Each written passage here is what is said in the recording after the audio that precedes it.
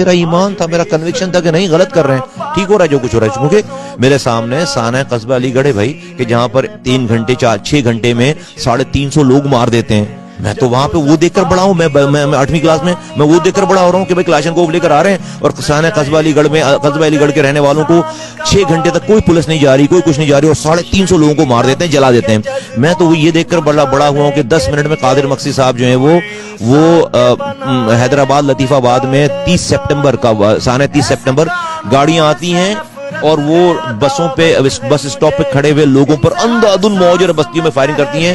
300 آدمی جو مر جاتا ہے کہ جس اسپتال میں لوگ کر گئے تو لوگ کہتے ہیں کہ ٹخنوں تک جسے کہتے ہیں نا کہ جو وہ اس جہاں پر مریض زخمی تھے اور جہاں پہ لاشیں تھیں وہاں پر خون، کمرے میں خون تھا، اتنا خون تھا.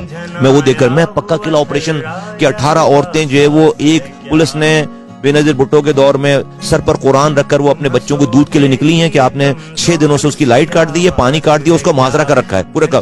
وہ عورتیں اپنے بچوں کو گود میں لے کر سر پر قرآن رکھ کر یہ فریاد کرتے ہوئے نکلی ہیں کہ بھئی ہمیں کم سے کم پانی دودھ لینے دو. ان کو اسٹریٹ فائر مار کے آج بھی پکا قلعے کے گیٹ کے اوپر ان عورتوں اور بچوں کی قبریں ہیں. تو مصطفیٰ کمال وہاں سے وہ دیکھ کر بڑا ہوا. تو میں یہ جو آپ بات بالکل ایسی بری، ہم تو پڑھنے لکھنے والے لوگ تھے، آپ نے ہمیں اس در دھکیلا. ایک آگ تھی، ایک جذبہ تھا، ایک غصہ تھا. اس میں لگتا تھا کہ نہیں بھئی یہ جو ہے اگر اس کے بغیر چارہ نہیں ہے. ہمارے پاس جب ہتھیار نہیں تھا تو آتے تھے مار کے چلے جاتے تھے، اس لیے جو ہتھیار جو جس کے پاس نظر آتا تھا رکھنا ضروری سمجھا جاتا تھا بھائی، کہ اگر ہتھیار نہیں ہوگا تو علاقوں میں بستیوں میں حملے ہوں گے. باقاعدہ آبادیوں پہ حملے ہوتے تھے، اجمیر نگری کا علاقہ باقاعدہ بستیوں پہ حملے ہوتے تھے. سرجانی ٹاؤن سے نارتھ کراچی، یہ تو ہم نے اپنی بچپن میں 8ویں 9ویں کلاس میں ہم نے دیکھا ہے باقاعدہ کہ پورا ایریا مائگریٹ کر رہا ہوتا تھا.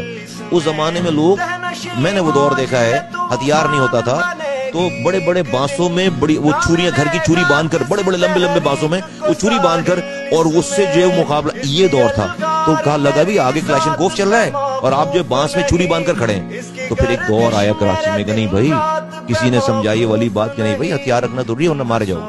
وہ دور ہے، it's not a normal situation. کیونکہ پاکستان کی میں سمجھتا ہوں کہ انتظامیہ نے، پولیس نے، رینجرز نے یا لا انفورسمنٹ ایجنسیز نے اپنا رول پلے نہیں کیا ہوگا. تو جو خالی جگہ تھی وہ پوری ہو گئی. آپ کسی کو بھی ہتھیار نہیں اٹھانے دیتے، پھر اگر ایم کیو ایم کے لوگ ہتھیار اٹھاتے تو آپ بالکل اس کو کانڈیم کر سکتے تھے. لیکن ہم نے تو اس دور سے میں بڑے ہوئے ہیں تو مجھے تو کبھی برا نہیں لگا یہ دیکھ.